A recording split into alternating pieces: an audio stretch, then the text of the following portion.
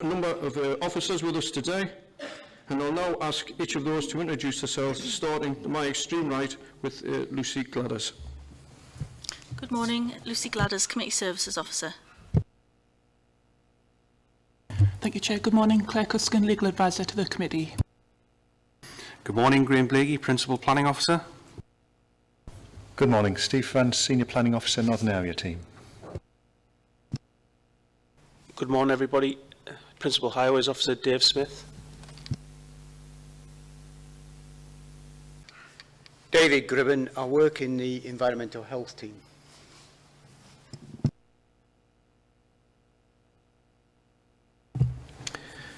Thank you. Moving on, apologies for absence, please. Thank you, Chair. I've received apologies today from Councillors J. Blakey, M. Curra and A. Watson. Thank you. And do we have any substitution members? I've been notified that Councillor P. Jopling will substitute for M. Curra. Thank you. Moving on to the minutes of the previous meeting held on the 25th of November 2021. I know that the members have received the minutes. Can we agree that the minutes of the meeting held on the 25th of November 2021 are a true reflection? Great.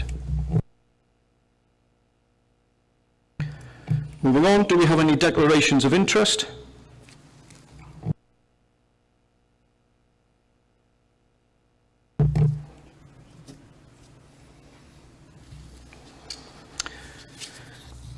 Dealing now with the applications to be determined. There are two applications before the committee this morning. The first being DM/21/03809/FPA, the Falcon Hilda Park, South Peelaw, Chesley Street. The first application is for the erection of a fuel filling station, convenience store, canopy, petrol pumps with associated access and car parking at the Falcon Hilda Park, South Peelaw. We do have a local member who wishes to speak on this application, as well as two speakers with in objection to the application and the applicant in support of the application. I will now ask Steve Frantz, the Senior Planning Officer, to present the report. Thank you, Chair. As described, this is a planning application for the erection of a fuel filling station, convenience store with canopy, petrol pumps and associated access and parking at a site in South Peelaw, Hilda Park, the site of the former Falcon Public House. The site is in a mixed-use area at the edge of the village. As we saw on the site visit yesterday, it's been cleared of the former public house and was formally or latterly approved for a scheme of bungalows on it. That development started, evidenced on site by a wall around the site boundary in front of Pelton Lane and some Harris fencing securing the side of the site. You can see there the wider area, as described in the report. To the north-east is a local authority built estate across Pelton Lane, which is separated by a grass verge and is a little way distance. And then behind it, the modern estate of Hilda Park. The application site sits in a small area of shops, which I'll show you on a closer photograph. But clearly visible in that photograph is both the sea-to-sea cycleway footpath to the north and the edge of the countryside, the green belt, but also the green area to the south is the playing fields of the nearby primary school, which is accessed from the bottom part of that site. Closer in then, and easier to see, the main road, Pelton Lane, runs along the top of the site, and you can see the shadow of the wall on that site edge. That wall has an inset bus stop in it, with the lay-by there. To the right, across the entrance to Hilda Park, you can see a short run of 4 shops that have a forecourt, and in front of them there's lay-by parking. That lay-by parking is replicated to the right there in front of the Victorian properties which run along the main Pelton Lane towards West Chesley Street. You can see on the other side of the road, opposite the site at the top of the picture there is the main road, and then a wide grass verge with trees on it. Then an estate road around the local authority built houses. Those properties are about 30 metres from the site boundary. Left of the site there, as shown, The grey roof building is a garage, former petrol filling station, but has been a garage for a number of years. You can see the forecourt of that. And to the left of that again is a second access into Hilda Park. Hilda Park is effectively a large loop of an estate road. There are 3 entrances into it, and you can see the 2 of them there, the one next to the site and the one next to the garage. Underneath the garage, on that picture, are a number of flats, Rosewood Gardens, some of which look directly towards the site. We saw yesterday on site that they have 2 entrance doors from the front and a lower flat and an upper flat. They all have a shared area, a front garden, and you can see there's rear gardens there as well. Immediately south of the site, immediately below the site on this photograph, which is moved around slightly to show more, is a short cul-de-sac, one of the most directly affected parts of the Hilda Park estate. Running from left to right there is a property which effectively shows its side to the site, with a large tree there and a side and rear gardens. The 2 most affected properties are in the middle there. They're extended. You can see the grey roofs. The one on the left has a single-storey extension on the back. They have gardens of about 9 to 9.5 metres in length and are separated from the proposal by a distance of about 12 metres where there is an overlap. The 2 properties on the corner, the L-shaped ones, have a little bit of an unusual arrangement in that the upper windows on the property facing over the site are obscured, and their gardens don't go straight, they're sort of shared on a diagonal. They have a lesser relationship to the site. What you can see from the site photograph there as well is that the lighter area of the site is where the public house used to be.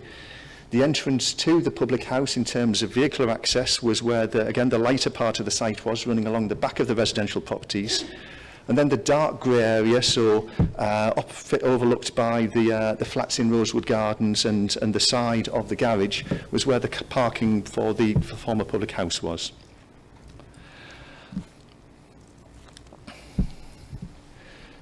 On the site visit yesterday, we stopped in the lay-by at the top left, underneath the gable end of the shops. You can see the shops have residential accommodation above them, and there's an overlooking window, side window from that. That is the main exit from the estate that runs along the side of the site, and to the left of that would have been where the entrance to the pub was in the past. The second photograph on the top looks from the main road back towards the site, towards the properties in Hilda Park and the cul-de-sac I've just described. You can see the windows overlooking the site. You can see the exposed fence there. The former public house has been cleared, as we've discussed, and there is a slight change in levels with the site, very slightly lower the further you get into it, but that's only very slight, maybe a foot, 2 at the most, once you're getting towards Rosewood Gardens. The third photograph on the top is the former site entrance, and you can see a better view of the overlooking windows for the 2 properties most affected in Hilda Park. On the top right is a view from the other side of the lane. You can see clearly there the wall that was built along the front of the site as the start of the bungalow development. And those dark grey properties you can see in the middle of those photographs are the flats that look back over towards the site that I've described. And you can see the gable end of the garage there. Bottom left is taken from in front of that garage, looking back along the site. With the shops on the left-hand side, you can see we're standing on the verge that faces the site with the trees on it. Next photograph along shows the bus stop with a conveniently placed bus to show exactly where that is. The bus stop, as I say, is set into that wall, and that will be something that will be replicated on the site. That wall is to be removed as part of the current development. The next photograph along shows you the gardens at the front of the flats at Rosewood Gardens. And then the final photograph, bottom right, is the site itself. You can see it's cleared land, it's brownfield. There were some materials from where the development on the bungalows development stopped, but effectively it's open and fenced off at the moment, and obviously brownfield in nature. The development proposed is effectively a garage with convenience store. The building on the right, you can see, is a monopitch. It slopes back towards the properties in Hilda Park in the cul-de-sac. The bottom image is useful in that it shows the relationship in terms of the scale of the front of the building and the canopy to those properties. Obviously, it is sloping away to the back. There's a difference of about 1.5 metres that will protrude above the existing fence for those gardens. You can see from the image on the left that the site is large, and this was very apparent on the site visit yesterday. A large area of it is to be left open. Late discussions between the local ward member and the highways officer have confirmed that the access into the old public house, you can see indicated black on that plan at the bottom, is to be blocked off, so that access and egress into the petrol filling station, which will be a one-way system in and out, will only be from the main road. There won't be an access into it from the estate, and that will obviously have a benefit for removing car movements further away from the house there, the house on the corner. There is a canopy at the front of the site. Because of the irregular nature of the site, there is a slither, sort of a triangular slither at the top side of the retail unit, you can see, which is to incorporate the bins, the servicing aspect of it. You have a very detailed report in front of you, and I will make a caveat that I need to add to it. But to skim through it briefly, and to skim through it because you've got the full detail in front of you, highways have no objections to the proposal. There has been a very careful approach to the health and safety aspects of this. There are thresholds at which we consult with the health and safety executive and national bodies on this. We know that was the case, but just for surety, we consulted with the health and safety executive through their standard procedure, and they confirmed that they didn't want to make a comment on this as a standardised response. Internally, with the aspects of the development for planning purposes most relating to residential amenity, we've been in touch with our environmental health officers, and obviously because of the nature of the proposals involved. For air quality, they have set out the detailed regulations which English legislation requires petrol filling stations to be assessed against. I won't try and read that out, but it's the DEFRA, the Department of Environment, Food and Rural Affairs, have a very set procedure on how you assess the implications of fuel storage on a site. They've concluded that in terms of the English regulations, the relationship is acceptable, and likewise for the noise from traffic that's likely to be generated by this coming in and out of the facility proposed. They do suggest a condition for dust control during the construction process. Their colleagues in the nuisance team have suggested conditions for an acoustic fence around the site, and restrictions for car washes and generators, which are reflected in the conditions list, but they've raised no objections to the proposals, having considered for the noise and light and those aspects of residential amenity, which likewise are considered further by planning officers against the planning policies. Environmental health confirmed there is no coal mining aspect to this from the coal mining legacy, and in terms of the contaminated land, and possibly because the site has already been assessed for the previously approved development, that they have no requirements. For the public consultation exercise, 52 direct letters were sent out, placed a site notice on the site and an advert in the press. 209 public objections have been received, 1 letter of support. Councillor Tracy Smith, as ward member, has objected and called the application to committee, and the MP, Kevin Jones, has objected too. I will read out the objection from the MP that isn't included in your report because of the it was not picked up because of the way it was submitted through the council. We've reviewed that for future, but I'll read that out word for word. Likewise, I will read out some correspondence from Tracy Smith that's been set out as an objection which isn't included in the report. That wasn't picked up as an objection in its own right, but like I say, I will read it out as has been agreed with the Head of Legal Services. The objections from local residents who are here to represent themselves this morning relate to highways, the safety on the main road and at the junction of Hilda Park, the increased traffic from tankers and the risk to vulnerable pedestrians, particularly in relation to the nearby school, and elderly residents are set out in your report, and the potential for physical damage to the highway from heavy vehicles using it. It's stated that council will be held accountable for accidents to children. There's question of the demand for the need for a petrol filling station here, both in terms of the number of existing filling stations in the settlement and surrounding area, and also in terms of a transition towards sustainability and the council's responsibilities for that. There's competition concerns. The local shop has served the community well during the COVID period, and there's concerns both from the shop themselves and local residents that competition from a new operation will undermine that business, which latterly has included a post office. There are significant concerns for residential amenity and health, for light pollution and noise to surrounding residents, health fears from the risk of cancer. There have been reference to academic reports from Spain and Nigeria. There's a concern that the canopy might overshadow surrounding gardens. There's contamination from drainage issues has been raised as a concern, and that such a facility or an operation at the shop might attract antisocial behaviour. There's concerns for vermin being attracted and the effect on house prices insurance. Also for mental health and human rights issues have been raised as objections against the application. For other issues, they're set out at length in your report, but they do include the disturbance from excavation during the building works, the effects on ecology, and particularly bats, and the archaeology potential from Chesley Street being a settlement of Roman origin. One resident supported the application in a short letter. For the consultee responses, like I say, we've received objection from Right Honourable Kevin Jones MP and a letter from Councillor Tracy Smith, and I'll read those out. If you could bear with me, I'll try and do so as clearly as I can. From Kevin Jones.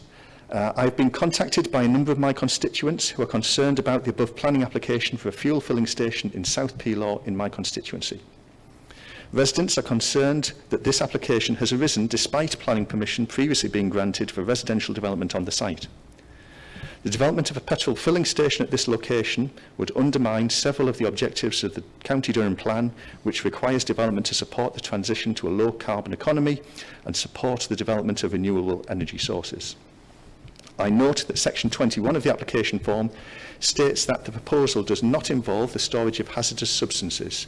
If this is true, then I, for one, will be interested to know how a petrol filling station can operate without storing large quantities of petrol and diesel.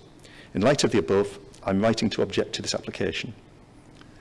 If I could just pick up on the last point of that in terms of the answer to the forms and the storage of hazardous substances, the forms have been filled in correctly. There are thresholds at which hazardous substances and different hazardous substances come within the remit of the planning system, and there are other legislation available to cover the safety aspects of that.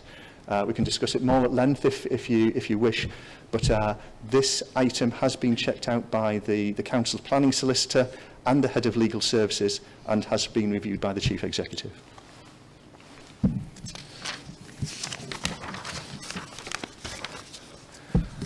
From correspondence with Councillor Tracy Smith, that I'll read out as her objection, although she's obviously here to represent herself and the local residents herself. Since I was informed about the planning application for the erection of a fuel filling station and convenience store, I've spent the last 7 days listening to what residents have got to say on this matter. As the elected member for Chesley Street North Ward, my view of the proposed development is influenced by what people tell me. I've had a significant amount of people read my Facebook post, emails sent directly to me from local residents. I've door knocked on numerous homes, and I've also been stopped in the street by local residents. The overwhelming view has been communicated to me that there is a need for me to strongly object to this proposed development for 2 key reasons. Highways. Congestion, risk of collision, risk of accidents and injuries to pedestrians, including school children. Impact on residents' quiet enjoyment. In respect of congestion, residents feel there is already a lack of parking for the existing parade of shops, and this has caused a number of near misses at the junction. The overspill of parking does not give a sufficient sightline for cars coming out of the junction into the main road, particularly around the daily school drop-off and pickups, and this risk will increase significantly by added volume of vehicles, HGVs and petrol tankers coming in and out of the fuel filling station. Residents of Peelaw Estate, which is opposite the proposed development, have concerns for some time about the lack of crossing to the site. Children and residents regularly cross the road to access the parade of shops en route to the C of E primary school. The increased volume of traffic exacerbated by the sight lines at the junction will significantly increase the risk of accidents and fatalities. Quiet enjoyment. Prior to the proposed development, residents complained about the fluorescent lit sign of the North East Autocare shining into their homes. This problem will pale into insignificance if the petrol station and convenience store goes ahead because of the significant light pollution this will create. Residents have also raised public health concerns about the quality of air impacted by petrol and diesel fumes, pollution from car exhausts, and the noise of vehicle engines and the slamming of car doors. Residents are also concerned that the quiet enjoyment of back gardens will be ruined by this proposal. What happens next? The proposed applications are made, when planning applications are made, the local ward councillor has the opportunity to request the application is called in. I have called in this application. This means I will be representing residents' issues as described above at the planning committee. I still urge residents to email or write directly to the planning department with their concerns and comments.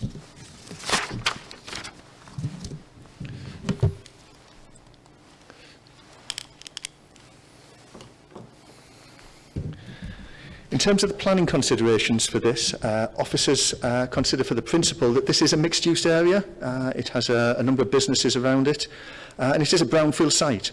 The land is not allocated, so therefore policy 6 of the county plan leads the detailed assessment against the principle and then towards other policies. Policy 9 is also relevant, but although in terms of retail this only resists the loss of existing shops. For the residential amenity, policy 31 sets up that light, noise, particulates and the fear of development is a critical element to the consideration of this assessment. Highway safety, the existing entrance is to be removed. Pelton Lane crossing, there's a little pedestrian crossing, a semi-formal one immediately opposite the site, and this will be need to be removed between the planning and highways requirements as part of this. But that's really a physical element to it, but something I need to mention in passing.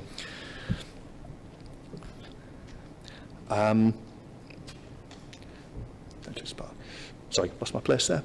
The Pelton Lane crossing to be moved. The entrance to the Hilda Park is considered safe for vehicles and pedestrians in terms of our consideration of it, in detailed consideration and liaison with the highways officers. For sustainability and the low carbon elements, there are no policies in the county plan that stop the development in principle. It has to be considered in detail. And the county council's wider policies, while relevant to a degree in terms of the climate emergency that's been declared, are material but effectively lead back to the development plan. They're represented in the development plan by policy 29, which primarily to achieve a low carbon environment is a fabric first, effectively tries to control the building works on site and make them as sustainable as possible. In terms of the council's wider policies, it's very much to put the council's own house in order and make the council as carbon neutral as possible and lead others by example. The layout of the site is acceptable in appearance and layout. It effectively tries to back onto the residential properties, and there are planning conditions for the specific implications for noise and light, including the acoustic fencing and the need for a lighting plan. It's effectively being petitioned to reduce the effect on neighbours, and to a point where the planning officers are comfortable with that. It's a very long report, and I won't go through all the other issues, but effectively there is a positive impact on employment from this, the details of which are set out in the report, and that is material in positive weight. Human rights are always given due regard to these, and particularly the effect on the reasonable enjoyment of private property. And again, those are reflected in the planning policies and the planning process intrinsically, but are specifically referred to in the report and are not such that we feel there's any issue here. The report considers lots of other issues in detail, and if there's something you'd like me to discuss, I'm happy to answer questions. The conclusion of officers is the principle of development is acceptable in this area. The amenity implications have been assessed in detail and are acceptable subject to the conditions laid out in your report. Highways have been looked at again. The slight improvement of the access being closed up on the side is post the report, but again, it shows the applicant is trying to work with us to make things as safe as possible. and there are no other issues that have been raised that officers consider would justify refusal on this site. As ever, I'll leave the aerial photograph up as that can help inform your debate, but if you'd like me to return to any slide, please don't hesitate. Thank you. Thank you for that, Steve. As mentioned earlier, we do have the local member, Councillor Tracy Smith, who's obviously objecting and representing the residents. Councillor Smith, can I ask you to please address the committee? Thank you. Thank you, Chair. Yeah, my name's Councillor Tracy Smith and I'm the elected councillor for South Peelaw. I have called in this application. My task now, together with two of the residents who accompany me, Daniel and Helen, is to present you with a compelling case so that the committee, the only obvious conclusion is to decline this application. There are strong grounds to decline this application, and one of them, which I'm not going to cover in detail, are County Durham plans covering the climate issues around reduction in CO2, conversion to electric cars, and that residents are saying that there's no demand for a new garage and convenience store. Much of the applicant's comments on pollutants of electric batteries should be taken with a pinch of salt, given that Tesla and the electric battery industry are currently doing. That's like saying the council's plan for decarbonising its buildings over the next 5 years are creating more pollution from the stripping out of buildings going to landfill. The report does not accurately reflect many of the objections based on the adverse effects to climate change, and children living nearby are going to feel ambivalent about the world trying to decarbonise, but that in their backyard a controversial step is being taken by the council when they have heard already what their parents think. In summary, as elected councillors and corporate parents, what message are we sending out to our children about how serious we are about climate change when we are proposing to build a fuel filling station within 50 metres of residential housing and just over 100 metres from the school playing field, causing light, air and noise pollution? The people of South Peelaw welcomed bungalows on this site, as that is what is desperately needed in the ward I represent. I'm now going to go on to another major issue, if you just bear with me, and that is residential amenity.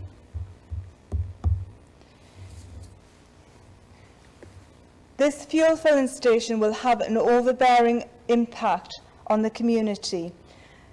The presence of a petrol station will have an oppressive impact on neighbouring residential properties due to both the size of the building and its proximity to nearby houses. What we're talking about here is, when I say nearby, I'm saying within 50 metres. Moving the building from the southeast of the site to the northwest will have an overbearing impact on the gardens of the property closest to the proposed building, which will also impact on the outlook they have enjoyed when their gardens backed onto a car park.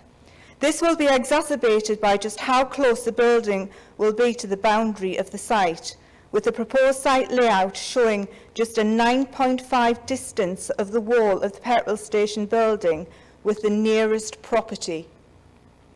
This will have a significant impact on the residential amenity of the residents impacted by this to the peaceful enjoyment of their gardens. And Daniel, who lives within 50 metres of this proposed development, is going to give you more information on that and his personal feelings on it, which is quite powerful actually. The fact that the building will be a 5 metre high at north elevation and 3.5 metres at the south elevation means that this will have a significant overbearing on the neighbouring gardens. For comparison, the Council's residential amenity standards looks at the minimum distances for new housing development, which would be applicable if new development were to be of a residential nature. Elevation plans show that this building is 5 metres high, approximately the same size as a 2-storey building. The Council's adopted policy requires 21 metres between main elevations and at least 13 metres between a main elevation and a gable end. At the shortest point here, this application leaves just a 9.5 metre distance. But as it is a petrol station, the impact on the other properties will be far greater than if the proposal was looking at a residential development. Opening hours. Applying for A1 use, retail use, 6 o'clock in the morning to 11 o'clock at night every day will lead to excessive noise and disruption for 15 hours per day, every day. 11 o'clock at night is far too late for this area, and these hours would provide further harm to the level of residential amenity for local residents.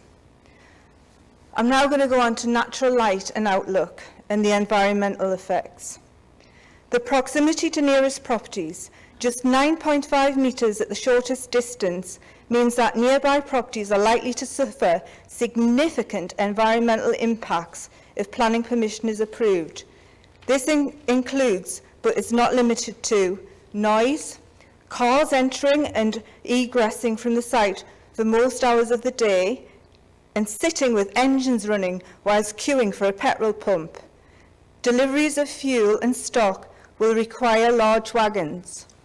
I'm actually going to go and read from one of the residents on noise. Mr and Mrs Coyne set out in detail how the applicant's noise levels for a number of day-to-day activities proposed to take place on the site and submitted on the 8th of December 2021 were found to be above the standards set by BS 8233 and World Health Organization guidelines of 50 decibels for external noise.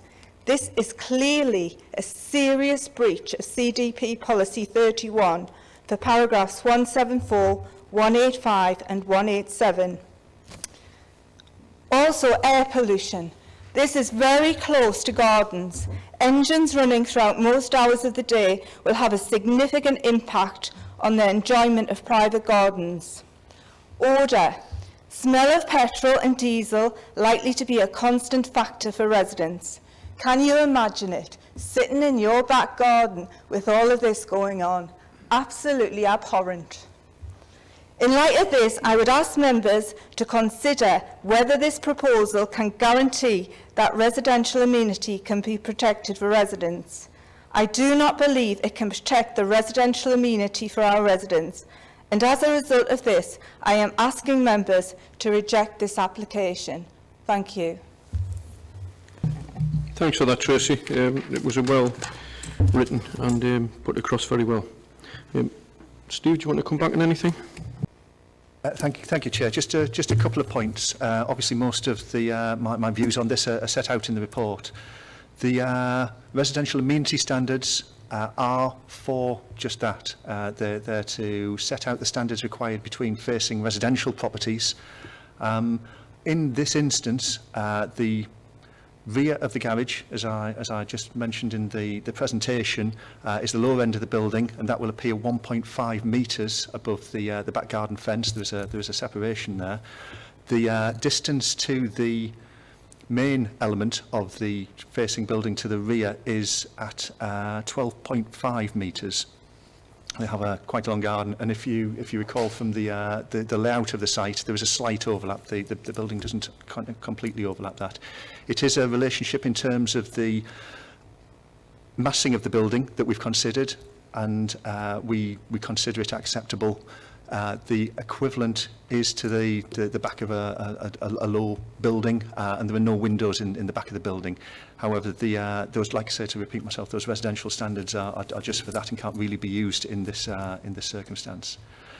For the other points made, I think for the most part they're covered in my report. I just note in terms of the details of the noise objection that's been read out, obviously we go to our own environmental health officers who assess against the British standards, the Council's policies and the relative advice for noise given through the planning system, and they've raised no objection to this. I think as much because of the disposition of the buildings around the site and particularly for the volumes of traffic this is likely to generate. Thank you, members. Thanks for that, Steve. We'll now move on to the two local residents. Mr Daniel Smith and Miss or Mrs Helen Talbot. Daniel, you'll be speaking first and you will have 2.5 minutes, please. Thank you. So I'm Daniel. I back onto the proposed development. My wife and I have saved for several years to be able to afford our dream home, and we planned for this to be our forever home. We had no noise issue with the pub, as many people walk to the pub for a drink, and not a huge volume of traffic would drive through to the car park. If there was any noise in the pub, it was contained, as we did not hear it, and we both wanted the pub to be saved, as we both use the pub regularly. If the plans were to go ahead, could I just ask, how would you feel if whatever was at the back of your property got turned into a petrol station? Would you be happy with this? I would no longer be able to have friends around for a barbecue. I'd be no longer able to entertain on a summer's evening without the lingering smell of petrol in my garden. I would no longer be able to hang my washing out, open my windows without me and the residents being subjected to the fuel vapour in the air. The proposed plans in place for the petrol station obviously are as close as 50 metres, if not less, to people's properties. It would also have a negative impact on the local bat and bird population, which are regularly seen in our gardens. My wife would also certainly suffer, and she would lose the use of her sanctuary, which is vital for her mental health, as she suffers badly with anxiety.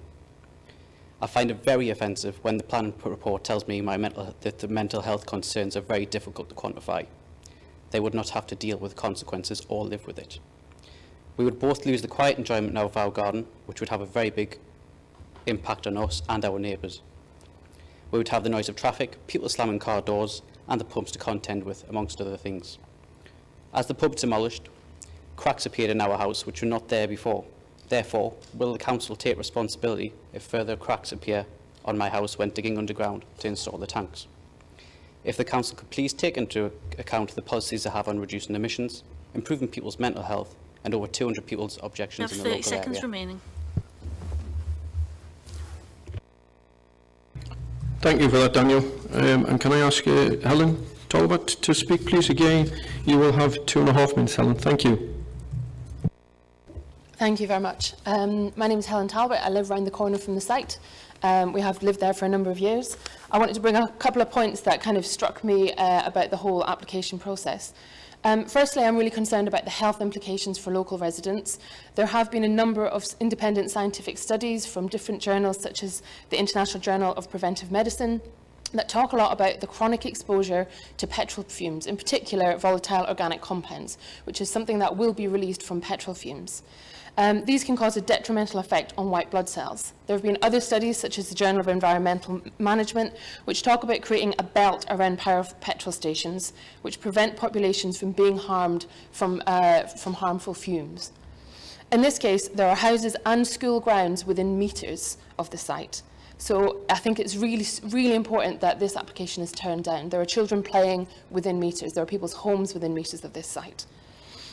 Another concern of mine is if there is an increase in kind of respiratory conditions and health conditions in local residents as a result of building this station, will the council be culpable for this? It's clear that there is evidence enough to suggest that it does harm people's mental and physical health, and if the committee goes on to approve this, it's the council's signal of saying we accept these risks and we're still going to go ahead with it. I also think, as Tracy's touched on, the application is very short-sighted with regards to climate change. The construction of a new petrol station on the site, when internal combustion engine vehicles will be phased out from 2030, so just 8 years away, is morally and ethically irresponsible. What message does it send to the children of Chester Street who will have to live with the consequences of climate change more than anyone in this room, that this planning committee approved the facility that supports the use of burning fossil fuels, a known cause of climate change? Every single person is responsible for the contribution of the reduction of carbon dioxide emissions and the removal of carbon from the atmosphere. Even the council's County Durham plan already has a sustainable transport section covering reducing air pollution and emissions of carbon dioxide. So let's support that. As Mr. France said just a minute ago, remaining. Thank you. We have to lead by example. We have a responsibility to leave this world better than we find it. The Chesley Street Master Plan also talks about the demand for accommodation for older persons and families. There's already planning approved on this site for bungalows, which is something desperately needed in Chesley Street. Finally, I just want to appeal to your own morals and ethics. Would you want to live near a petrol station? Do you want your children growing up near a petrol station? Would you want your parents to live there? If the answer is no, listen to the 200 objections that have been put in of local people saying they don't want it either. That's all I've got. That's time. Thanks. Thank you for that, Helen. Stu, do you want to come back on anything there? If I may, just on the aspect of health, which is a significant concern for local residents here, and there has been a lot of reference to some fairly detailed reports, particularly a report from Spain in 2011 from a university, although that's been heavily qualified, and likewise one from Nigeria in 2009. The implications of fuel filling stations, both in terms of the odour and the safety, is very carefully regulated, but not just by the planning system. There is other regulations that will govern that this is both safe and that the implications for or the potential for fumes is looked at. This is led by the Department of Environmental Food for the Environment, Food and Rural Affairs Local Air Quality Management Technical Advice. And that sets out the quantities for where these things evolve, and effectively puts the responsibilities for those between the Health and Safety Executive and the need for the need for certification under the Petroleum Enforcing Authority, and that in part is Durham County Council and the Environmental Health Officers. The quantities of fuel involved when the HSE get involved are about 2,500 metric tonnes. The facility here will store around 49 metric tonnes, so it's well below their thresholds. That puts the responsibilities both in terms of the petroleum consolidation regulations and also the hazardous substances regulations back in the first instance with the council and the certification. There are requirements in terms of the English regulations for vapour retrieval systems, effectively a closed system when fuel is being delivered to the fuel station and when fuel is being delivered from the pumps to vehicles. That minimises the effect of smell and particulates getting out and the implications for health. One of our expert colleagues from Environmental Health who can maybe give more details on that if you require. But whilst there are reports on these things, and I have to say the reports referred to were academic reports and they were heavily qualified in terms of what they should be used for. There are English regulations parallel to the planning system that will make sure that the operation and the implications of fuel storage and fuel delivery on this site are fully regulated. And ultimately it's not for the planning system to try and duplicate those. But as I said in my initial presentation, the HSE were consulted just to make sure that they didn't have an interest in this case. For the other things, I have to say the Chesley Street Master Plan has no weight at the moment, and I think that was more a reference to the existing approval on the site, which again isn't really of relevance in considering the implications of a petrol filling station. For the cracks in the house, the building regulation process will make sure that site works on the site are safe, and if there are any issues, I'm sure that the local residents can get in touch with them if the works to this site are of any concern to them. That again is not part of the planning process. That's a structural matter that will be dealt with under other legislation. Thank you, Chair.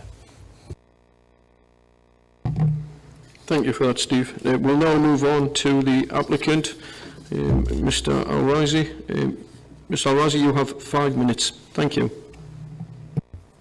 Hi. I'm here to answer the questions, if there were any. But thanks, Mr. Friends. Just explain everything on any aspect.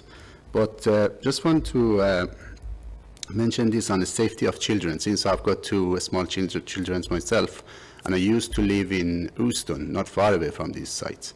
And I used to walk my son to that Houston primary school and passing that SO service station, which is about 100 meters away from the school.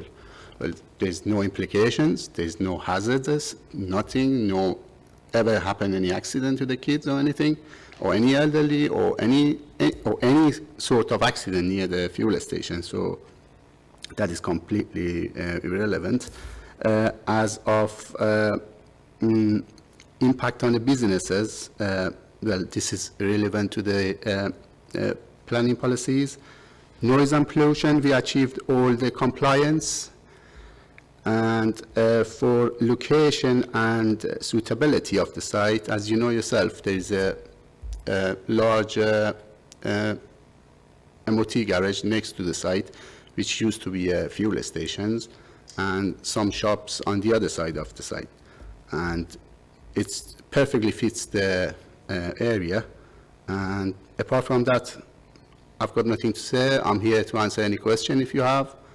And, you know, I mean, the reports, the committee report explain all the matters that raised by the local residents.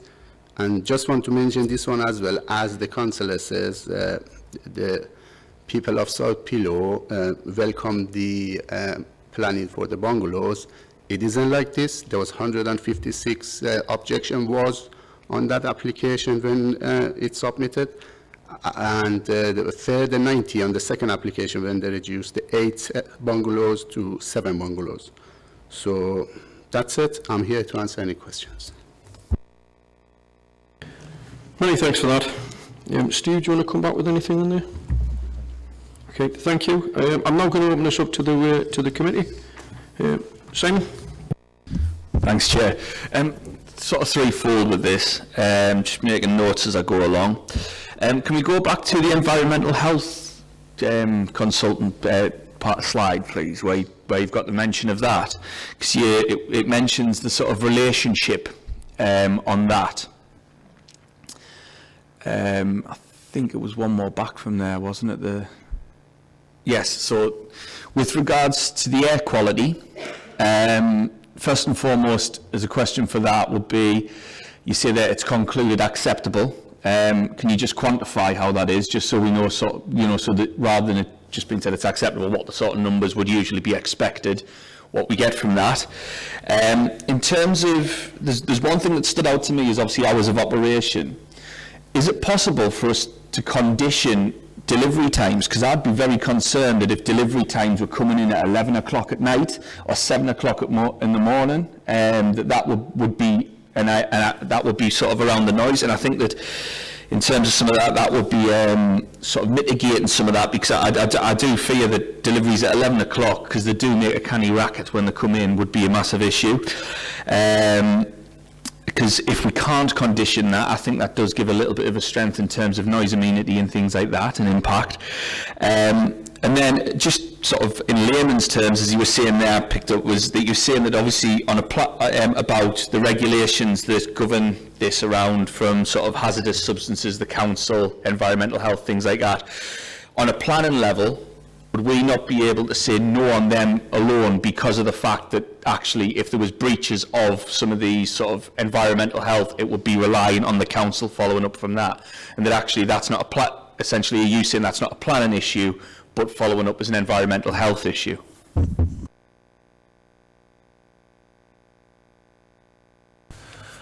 In terms of the condition for the hours, that's no problem whatsoever. Sorry, just bear with me.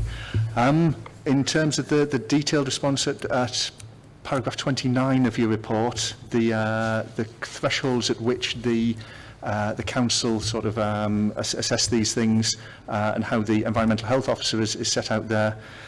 I mean, to quote it, according to the DEFRA guidance, petrol filling stations meet one of the following criteria: have to have the potential constraint and relevant air quality objective for BOCs, and that's benzene as the technical name for petroleum. For petrol throughput, it's got to be 20,000 cubic metres or 2 million litres per year. It's got to be near a busy road at 30,000 vehicles per day, or exposure to residential property within 10 metres of the pumps. And in terms of the detail of what's proposed here, the environmental health officer basically didn't think it came near those thresholds. So just following up with that, obviously we've said, was it about 9 metres for the garden, and then you'd have sort of the forecourt? What would be the distances approximated to the pumps? Well, it's the rear gardens of 12 Hilda Park are about 9 metres long. Then there's a couple of metres to the building. So there's a 12-metre separation to the back of the building. The building itself is 15.9 metres wide, and then on the far side of that there's the pumps. So there's a decent separation well beyond that 10-metre threshold there, with the building in the way in terms of its relationship to the Hilda Park properties. Pat, I think you're next. Thank you. Can I don't know the area, and unfortunately yesterday I couldn't go on the site visit, which I always think is it's not good if you can't go on the site visit. So can you just tell me, the pub that was there initially, I don't know if you know the area, was it a double-storey, you know, like you would see normally in that sort of location, would be a decent-sized pub? It was a representative of 1960s architecture. So basically, the majority of it was single-storey. It was sort of low-pitched, angled roofs. There were two-storey elements to it, which was a manager's flat above it, I believe. So it did have it. There was a smaller element of two-storey, but for the most part, it was a wide-ranging single-storey building. I think So what I'm trying to get at is, would this petrol station be higher and more obtrusive than the pub that was there? It's a bit apples and oranges on that one, in that, and I think Councillor Beattie might be able to help with that. She's waving from behind you, but effectively the buildings are in different positions and they're different sizes. Yeah. They're not really comparable either in location or massing. Right. As far as I'm concerned, some of the things that have been raised, like the highways, I think that the applicant has done all he can to answer that part of the application, and almost competition. This is something that I think we can't take into account, isn't it? Competition with. Can you tell me where the nearest petrol station is to this site? I think that would be in the centre of Chesley Street at it'll be towards the, is it 167? On the 167, so all the way into Pelton Lane to the centre of Chesley Street, turn left past Aldi, where the supermarkets are available, and the BP station next to the bus station. So it is some distance away, not by car potentially, and there are a number of petrol stations in Chesley Street. So if you've got to travel out there by car, you've still got pollution, haven't you? Exactly, yeah. And it's obvious, this is a busy road. You've obviously looked at this very carefully, and you don't consider that there is going to be a huge pollution problem there. Because I'm saying that because I used to live within about 20 metres of a petrol station. I lived there for 15 years. There was a bungalow within about 15 metres to one side, and a load of terraced houses to the other side. And as far as I know, there was never a problem with pollution or very much noise, actually. And that was coming through a village that was on one of the drags that go into Bishop Auckland. So it was a busy road. I can't see a planning issue to turn this down. I think, looking at if you look at the map and the houses there, I think it'll be an asset to the people that live there. So, you know, I'm of the opinion that I'm going to go with the officer and vote for this. Okay, I've got a few other speakers, starting with, it's Joe, then Liz, then Petey.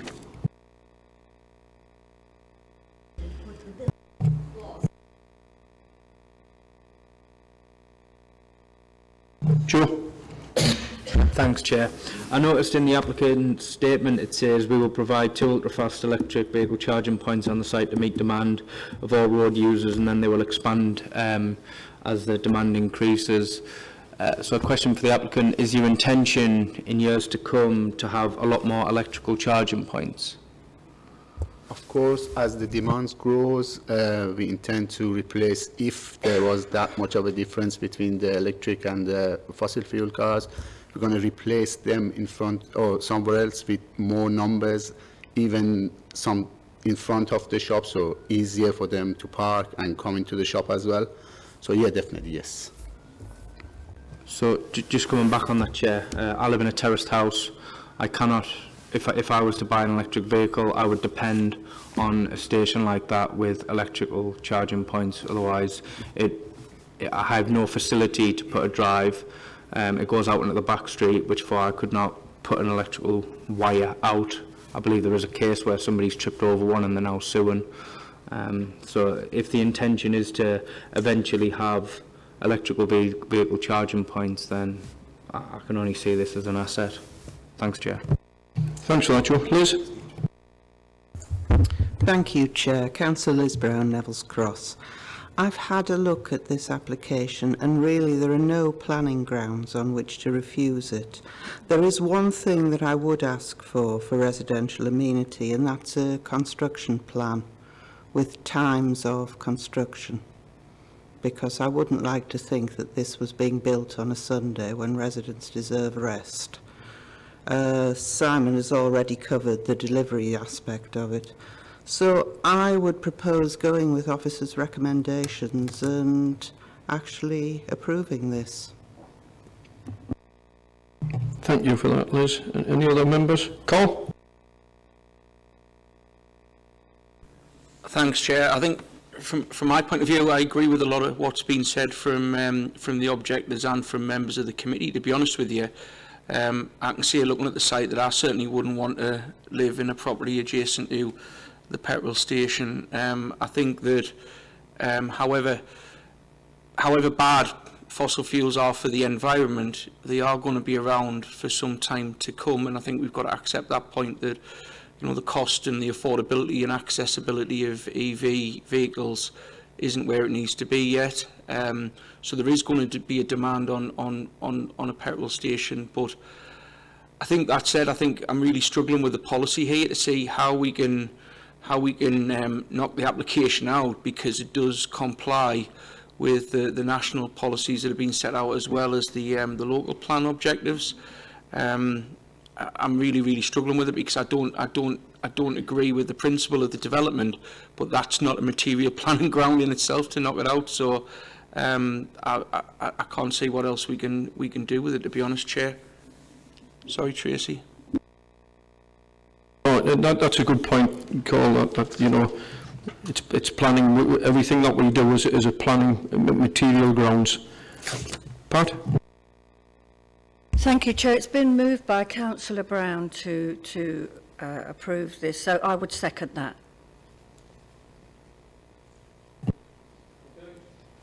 Sorry, yep, come in, please. Just to sort of clarify on the motion, there obviously been discussion about a couple of potential conditions here with respect to delivery times and working hours. Neither of those are on the recommendation, so just to clarify with the members, we have issues in terms of delivery times and working hours. Now, the standard working hours are 7:30 till, I believe it's 8, is it? Yeah, 8 p.m. in terms of the construction period. Obviously, one of the things we'll have to do is possibly sit down and work with the applicant about the delivery times, trying not to get a conflict with the operational side of things. So if both members are amenable, we'll look to put the standard working hours condition for construction and come up with the applicant for a delivery times condition that would protect amenity. And obviously with agreement with the Chair and Vice Chair on agreeing that after the meeting. Sorry, there was a bit of discussion there, Liz. Do you want to come in? Yes, I would like to see the standard construction times with no Sundays, no bank holidays, and I believe it's 7:30, 8 o'clock till 7 o'clock, or is it 6 o'clock? It's 7:30. Right.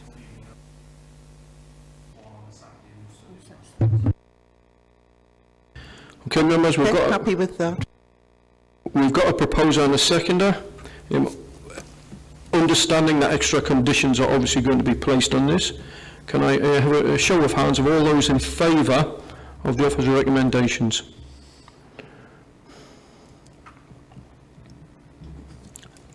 Against, if any? Abstentions?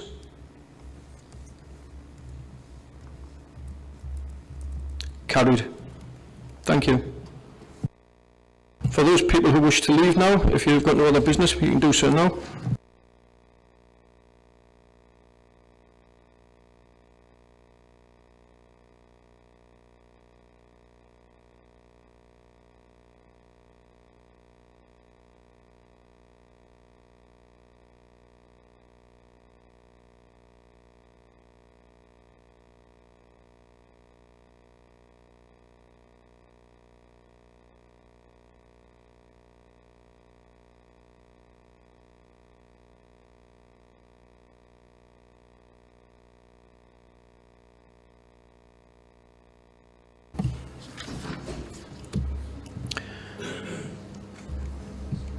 Thank you, members. Moving on to the next application, DM/21/01066/out, land to the east of Grey Terrace, New KO. The second application is an outline application with all matters reserved for 18 self-built plots with new access road and associated landscaping on the land to the east of Grey Terrace, New KO. We have one registered speaker for this item, who is the agent for the applicant. I will now ask Steve France, the Senior Plan Officer, to present the report. Thank you, Chair. You've thrown me slightly there in that, having worked in Derwentshire for 10 years, I'm always being told I'm pronouncing the names of the settlements wrong. So apologies if it's K or Kyo. It's I'm sure someone will put me right at. So I'll put me right in due course. With Villareal and Twizzle Lane and all of the others I've got wrong over the years. Apologies if I do get it mistaken. We have a site proposed for outline consent with all matters reserved. So that is effectively just the principle of development with nothing else being proposed approved at the moment. Every other aspect of this will be subjective if it's approved for consideration by another application, which will set out the details. But during the course of an outline application, applicants have to be able to show that they can get the quantum of development that's shown on site or that's approved for onto the site, which is why this application was first applied for 23 units and has been reduced to 18 during the course of the application as the implications of ecology and open space and the like have come to light. You can see there in front of you the site. In fact, I'll go back. The site is at the end of New Kyo, hopefully, facing Grey Terrace, a Victorian terrace. That was the main road through the village, but you can see the main road now goes to the south, the carriageway, which is separated from the site, which is steeply sloping by a significant tree belt. I've put a fairly small scale plan on there, so you can see that whilst traditionally the village has been on the western side of the road, it has encroached to the southeast. There's modern developments by Gleeson Homes. You can see that triangular thing right at the bottom of the screen. And whilst the land immediately to the southwest is open at the moment, that has been considered part of the urban domain in that used to be a school site and the playing field associated with it. The fields are a little overgrown and tussocky now, but they're still available for public use. The site itself has been a fenced paddock, so it's not been publicly accessible, but it has been open space. You can perhaps see better from the photograph there with the... gosh, that's bad, I can't see the site from here. The site is in the bottom right, and you can see it surrounded by the trees separating it from the road, albeit there are some comments from the Environmental Health Officer on that. But effectively, this is Policy 6 again. It's not allocated in the county plan, so we've got to consider whether this meets the criteria set out in Policy 6. And that in the first place as to whether this is a logical extension to the village. And given those residential elements and residential developments on the south, or the lower part of the road there, as it's been skewed round, we do think that is the case here. From the site visit yesterday and from the photographs there, you can see Grey Terrace, the Victorian terrace on the left-hand side at the first photograph, top left. You can see the public footpath is separated from the site itself by a quite generous grass verge, and you can see the fencing around the paddock there with the obligatory dog walking bin there and a bus stop in the mid-distance. The site is actually so long that there's I think a bus stop either end of it on this side of the site and one opposite. You can see it on the second photograph. The bus stop is near where the site entrance has been discussed, qualified by my earlier comments about not approving anything. So the entrance has been approved as being capable of being achieved at that, at the far east end of the site. Top right is a better view of the site. It does slope steeply. Sorry. Just thought I'd just worry about Kai, or should put my teeth back in. Apologies. Steeply sloping site, and that has implications to how and where development can be set around it, effectively leading to the likelihood of a long linear estate. Bottom left again is the paddock, and you can see the tree belt below it, which visually separate it from the main road, but there is an implication of noise, which we'll discuss. The two photographs at the bottom right are taken from the bottom end of the site looking back up towards it. You can see the site flattens off a little towards the bottom, but it's nothing if not defined by its topography. Evidenced by the likely site section there. What's likely to happen is that there will be a road that goes down the centre of the site following the contour, and that houses will be built into it, effectively two-storey at the front and three-storey at the back to reflect the slope. The levels are such that the highway can be got down there to the appropriate gradient so people can get out of the estate in winter, Caio being above the snow line for possibly even this morning actually. But you can see from the site layout plan with the central highway there that large areas of the site are proposed left open. That's to achieve the increasing demands for public open space, but more particularly for ecology.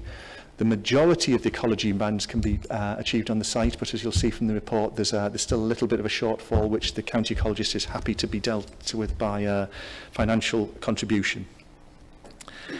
You can see the space has footpaths through it beneath the houses, which will join up with a footpath at the bottom of the site, so increasing permeability in principle. And again, to remake the point, this is the quantum of development that we feel can be achieved here while meeting all of those enhanced requirements for open space and for ecology. And that's nice. Actually, it's quite nice to be able to show you it on a plan, even this is indicative at the moment. This is hopefully how the county plan will go on in getting sites that serve themselves and provide their own open space rather than just giving us monies to provide it elsewhere. The proposals are also, it's critical both for local amenity and for the layout of the site there, proposes plot build. There are elements of the site that will be built by the developer, including the servicing the site entrance and large elements of the drainage, but effectively on a plot-by-plot basis, individuals will come in and tell us what they want to build through reserved matters in a staged, phased element of reserved matters. So first reserved matters application is proposed through the condition to get the overall strategic site elements, and then people can come in one by one to show what is proposed there. To make sure those are appropriate both in terms of their appearance and scale, there are conditions to agree further detail on a design brief that will be given to and have to be adhered by all individual developers. So there's an appropriate degree of continuity on this. This will be in the public domain and visible from existing dwellings. What the layout plan also shows there, and what's been reacted to well by existing residents, is that because this site isn't being filled, by default there is the potential for the view, the outlook and the facing distances to existing residential development to be better than they usually would be. The most likely place for development on this site is exactly as shown there, and that would leave the green space on the road edge and give that greater separation than would usually be expected to Great Terrace and the existing dwellings. I'll very quickly skim through the consultee responses. They're in your report, but to highlight, Highways have no objection in principle and have discussed a very detailed scheme to make sure that one of those can be achieved, and Northumbrian Water likewise. There's a series of the spatial policy who have set out the policy context, but note that in terms of the green space, it is fenced off, it's not been for public access, and that restricts the value it's had to the community up till now and makes it acceptable in their eyes. The ecology has led on this to a large extent and has been discussed almost to the 11th hour on it. This application has been in for a while, but like I say, subject to a degree of mitigation, most of what's required can be achieved on site. Also worth pulling out are the other requirements for financial mitigation, which include elements of the public open space. Obviously, there's plenty there, but there's other typologies of open space, allotments and play equipment and the like in the local environment, that in the local vicinity, that could do with demand will be created by the development and must be mitigated by the development. That's the legal test for putting on one of those restrictions, and that's why there's a request for those monies. For environmental health, there's a dust management scheme there, and again, this is critical with it being plot build to ensure the implications of that are controlled as appropriate by the council for mud on road, for working hours, and that will be both by the main developer setting out the site generally, and then on a plot by plot basis. It does create a lot of work, but it's an option for the developer.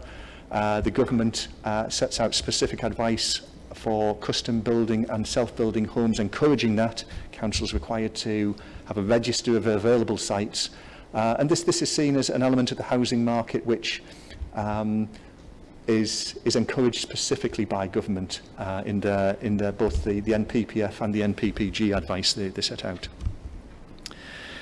The contamination officer has asked for more information, ideally before determination. It's fair to say in your report. This is usually a technical exercise, and it may be because of the plot build nature of it that the full information hadn't been provided to date. I don't want to overemphasise this. There have been housing developments, as I mentioned, the Gleeson's one in the immediate area, and I think the request was on the basis of a nearby tip for the former colliery, which is quite near. There have been developments close to tips in the immediate area, so we think this is a technical exercise, and I've never come across one of those that cannot be resolved through the use of appropriate decontamination of the site mitigation through the phase 1, 2, 3, 4 standard approach to contamination. The public right-of-way is not affected and has the potential to be enhanced if things are being connected to it. There is no shortfall in the education provision there. And there's nothing there, effectively, that's suggesting that there's a showstopper that we shouldn't look at this positively. We sent out 35 letters to the facing and surrounding residents, those opposite, and there's a detached house on the corner of the footpath, which we pointed out yesterday. And they did raise a number of objections from the scale and character of the buildings. Obviously, that's for future determination. That the open aspect of the terrace will be lost. The objections, when they were received, were for when the scheme was for the larger number of units. And I have, unfortunately, no more correspondence, but have had a phone call since purporting to represent a number of local residents who say that they were pleased with the changes and the lesser density proposed now, and that did allow the potential for a more open aspect. There were concerns for safety at the site entrance, which have been looked at in detail. Because of the nature of plot build, there isn't a policy in the county plan and an easy way of getting affordable housing element into this. So effectively, whilst we usually would be looking for affordable housing on more than 10 units, or 5 depending on where it is, but usually 10, because of the nature of the proposal here, there's no requirement, but there's also no basis to ask for that requirement from the national and local policies we've got in place. There's concerns about the extended construction period, and like I say, we'll handle that carefully. There's conditions proposed, and also for the devaluation of property, which is something, as you know, we don't really give weight to. Planning considerations, we feel, as advised by policy colleagues, that it's policy 6 acceptable. It's sustainable design. You'll see in the planning conditions proposed that there are requirements for each of the individual properties to have a high level of sustainability and meet the council's policies for that, both in terms of the size of the site, the fabric first approach to insulation and the like, and that will be imposed on each individual plot by the conditions list that's set out before you. Ecology I've mentioned a number of times, and the ecologist is happy with the approach on that for both on-site and monies in lieu. Flooding, again, the amount of detail is proportionate to the nature of the scheme at the moment, and between the advice of the drainage officer and our experience in dealing with larger schemes, we're confident that a high-level sustainable drainage scheme can be achieved. Usually on these sites where the drainage can go on the plan is usually at the top of the site where you don't want it. As you saw from those photographs, there's a lower plateau of the site which does lend itself to sustainable drainage, and we've got percolation available in the forestry next door as well. For planning obligations, it's set out for green infrastructure, public open space, the ecology, and for healthcare. The local health trust have identified a slight shortfall in their capacity in the area, which would be required to be mitigated by the development if approved.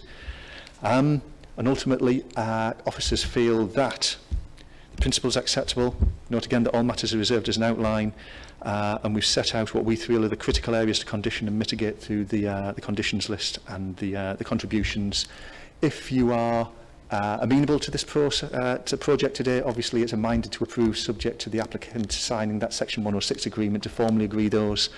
But I hand it over to you. Thank you for your time. And if somebody would like to tell me Caio or...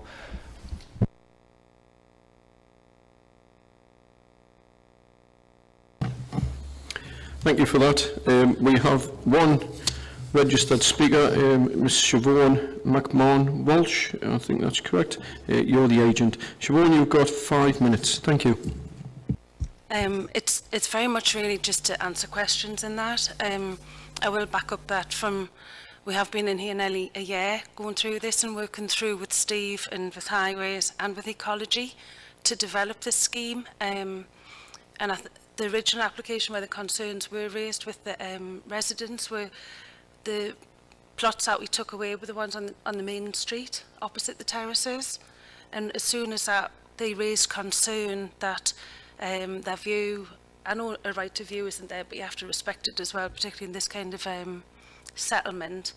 Because the land naturally falls away, it actually just gave us a good opportunity to sweep the road in, drop the plots to the bottom, respect the outlook of the terraces, and hopefully just integrate this into it. It's a very, very low density scheme.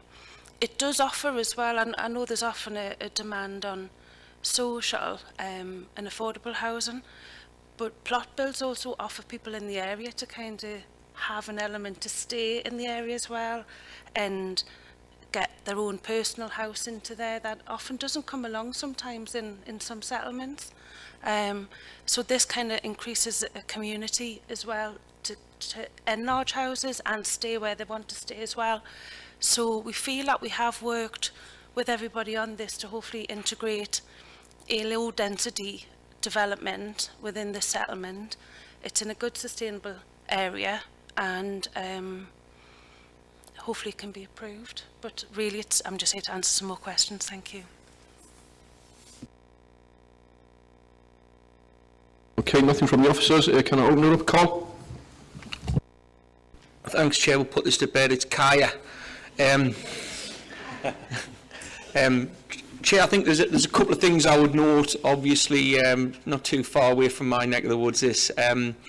I welcome, first of all, the approach from the applicant to sit down with our officers and work this over a period of time, and actually to be open to trying to amend the scheme in a way that complements and addresses some of the issues that have been made. So thank you for the time that you've put into that. I think the first point I would make is that we quite often struggle with sites in Stanley because of the viability issues we experience. Some of the house prices around the area and the land values just don't allow you to get things out of schemes that you would in other parts of the county. So that's the first point I would make. I think that's probably a big part as to why there's not a huge contribution to social housing. I think I do accept the point that's been made that this diversifies the offer. We haven't got enough new homes in the Stanley area. You know, you can see that by looking at the sustainability of some of the local services. We've got primary schools that are struggling for numbers. That then has a knock-on effect of the budgets, the quality of the education. We've got, you know, healthcare services that are struggling with numbers as well. And I think there's a lot of people, if you speak to them in the Stanley area, I'll tell you that they're looking for new homes, but there isn't the supply to meet that demand. So I think this will be a great scheme. I look forward to seeing how it evolves if it's granted today. But I'd like to formally move that we accept the officer's recommendations to approve the outline plan and subject to the 106 agreement. Sorry, before we, I appreciate you moved it. Before we go on to move on the second, does anybody else wish to speak on it? I've got Patton. The only reservation I've got here is paragraph 56 on the parking. Can you explain about the parking, please? Yeah, every plot has its own on-site curtilage, so every house is that. Right. Also working with highways, we've ensured that there's visitor parking also within the development, because one of the concerns raised with the residents were that they actually often use outside the terrace area to park, and they were really concerned that they would lose some of that.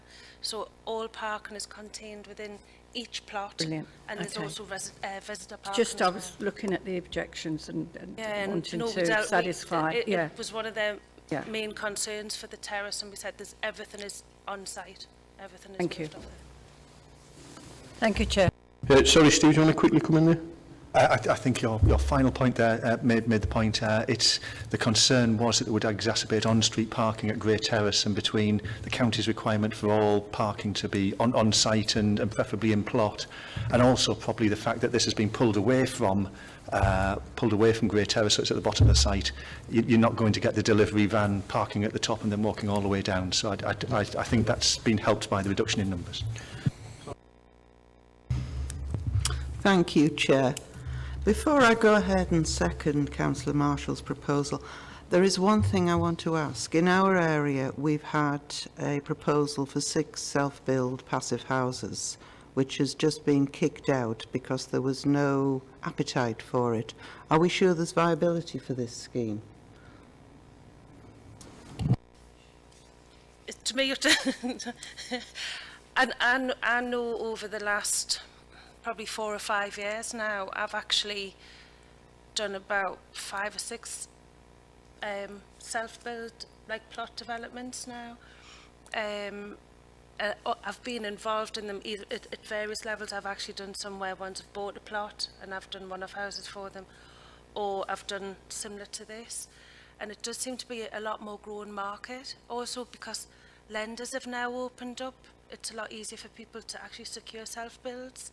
So there has been a popularity to it. I mean, one of the significant ones actually over the last few years is Dunelm Stables in Thornley. I think that's actually been quite a good precedent for this, because that was a plot in a village in Thornley that sat behind terraces, and I think the original one of that was 20 plots or something, and they've all gone and they're in for a second phase. So it does seem to be coming. A lot of the issues historically was lending, but now with the government backing a lot more self-builds and people getting more confident to do it, and plots are a lot more affordable to people, whereas this often came where it was often led where plots were very expensive. Lanchester's a good example as well, where the plot's very high, but the build of that's high, but you'll get the asset value to Lanchester.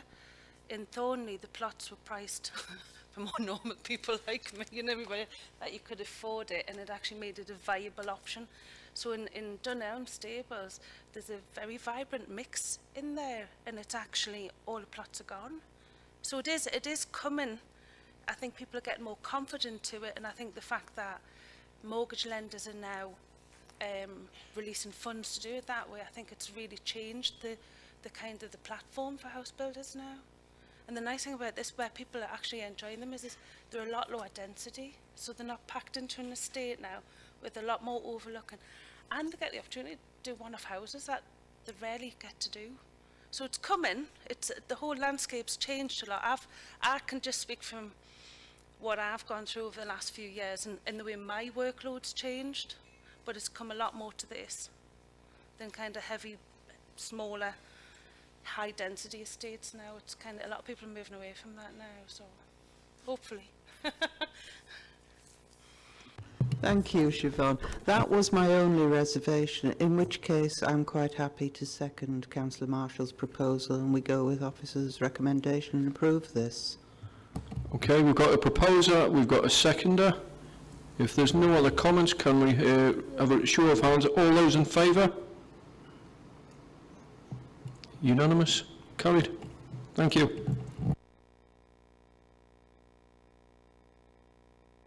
There being no other business, that concludes today's meeting. I would really like to thank